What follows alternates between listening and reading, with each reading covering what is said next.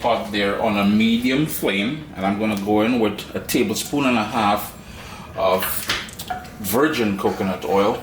And by starting with coconut oil, we're going to get a deep coconut flavor that we're looking for. Yes, we are using coconut milk as well. Now here's the thing, don't go out and buy coconut oil if you don't have it already in the kitchen. You can use olive oil, vegetable oil, any sort of vegetable oil, canola, corn, any one of those things will work. Just going to heat that on that medium flame, and right away we're going to go in with some sliced onion. Boom bam, making a small mess, but small thing. I'm just going to let that sizzle there for a minute as it comes up to temperature. Starting to soften up. I'm going to turn my heat down to low. Here's where I'm going to add some cumin or geera seeds. The geera, cumin, same thing, is just depending on where you're located, you would know it as something different.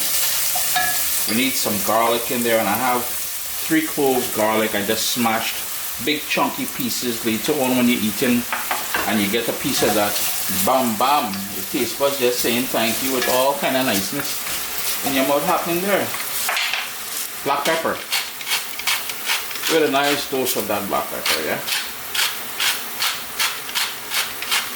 I don't want to burn the onions nor the garlic nor the black pepper. Yeah, black pepper can burn as well. The geera or cumin, we don't care too much, because the more toasty that gets, the more flavor it will release. And speaking about flavor, I've got a tablespoon and a half of Caribbean green seasoning, and that is one of the stars in this. It's going to pull in a lot of flavor from that. Head over to CaribbeanPot.com for that recipe, and you will find many uses for Caribbean green seasoning if you follow me here on Instagram, on Twitter, on TikTok. Yeah, I'm on TikTok now too, and YouTube. Well, Facebook as well. We're all over the place. Just gonna let that cook down for another 3 minutes or so. And I must warn you, if you do check out my TikTok channel at tiktok.com/CaribbeanPod, listen, ladies and gentlemen, I am a bit more raw, a bit more opinionated on that platform. So be warned, it's not the same crisp. Curry powder, a tablespoon and a half of curry powder. And while this recipe is fully vegan, vegetarian, ITAL, all them thing, when it comes to being gluten-free, what you may want to do is check the ingredient list on the curry powder that you choose to use, because I found that some of them do have flour as a filler in some of those curry powders. So be mindful of that. I'm just allowing this to go for another 2 minutes now since I added the curry powder to there. I wanted to sort of wet fry toast to pull out all the flavors of all the spices which makes up a good curry powder. It will go dark, it will go clumpy as you're seeing here, well darker. And here's where we're going to go in with the lentils, and it's a small lentil, and I pre-washed it before it went into the pot here, drained it. Now if you wanted to soak your lentils for a couple of hours in hot water, you can certainly do that. This lentil here cooks really fast, so I didn't really feel the need to soak it overnight. You know, if my mom was doing this, she would soak it a couple of hours or overnight. Turned my heat up to medium high. I'm just trying to coat the lentils with all that nice curry goodness that we created at the start there. We'll need salt. Now if you're using vegetable stock instead of water that I'll be using, be mindful that that vegetable stock may be high in sodium, so you may want to hold off until later on to taste it for salt, and at that point you will do adjustments at that point. I am using water because I don't have access to vegetable stock, and I really don't like vegetable stock in my curry, but it's totally up to you. If you wanted to add a different layer of flavor, and I know it's meat-free Monday, if you wanted to add and vegan and vegetarian, we talked about that. If you wanted to add chicken stock in there, you can certainly rock that as well. To add the acidity, 1 tomato that I gave a rough chop to, and that will bring balance, and it will help with the texture and consistency later on as well. Give that another quick stir, and you're starting to hear that sizzle now because we turned up the heat. I like a little bit of ginger in there, so I've got 5 thin slices of ginger, and I left it as slices rather than grate it in, because later on, when this is all done, you can remove it, those pieces of ginger, before serving, unless you like ginger. Well, I mean to say, leave it. 1 wiri pepper, and that is just to add a bit of kick to it. I'm floating it in there, but later on I'm gonna burst that open. But if you don't want to make it spicy from a pepper perspective, you can leave that out. If all you have is habanero, if all you have is scotch bonnet, jalapeno, whatever you have, I mean to say, rock what you have. And of course, we're gonna need that braising liquid. So in goes boiling water. Yeah, straight out of my kettle. I'm gonna bring that up to a boil, and then reduce it to a simmer, and it is that simple, ladies and gentlemen.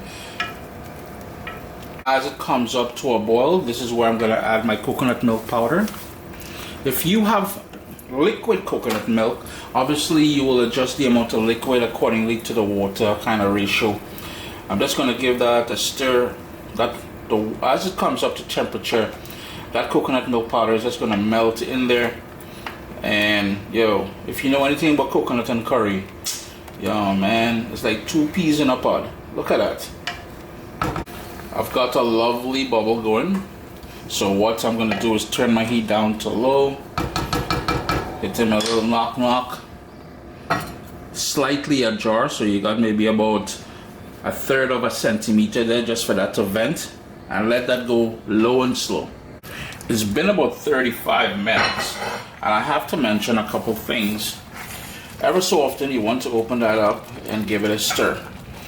You will notice the water will reduce all the way down, and that is just Pali being Pali. You will need to add more water. In total, I use 5 cups of water. Now, as far as personalizations is concerned, if you notice, I did break that wiri pepper, so I made it spicy. You will want to check it at this point for salt and adjust that salt. And the third thing is the doneness, the sort of consistency, the sort of texture. 35 minutes later, as I said, and these are soft. Tasting good too, boy. And I know this is a cast iron pot. It will have a residual heat. It will thicken up considerably more as it cools. So this is to the point where I like it. Of course, you can adjust it with your own personalizations. Remember, we said we can fish the pieces of ginger out, toss it out, but I'm unlike ginger, so that ginger is staying in there. The final thing, some scallions, green onions, spring onions, whatever you call it. I like to finish it off with that. Hit that a stir. That's going to give it a nice sort of onion finish rather than a cilantro or coriander or shadow benny that we may want to reach for.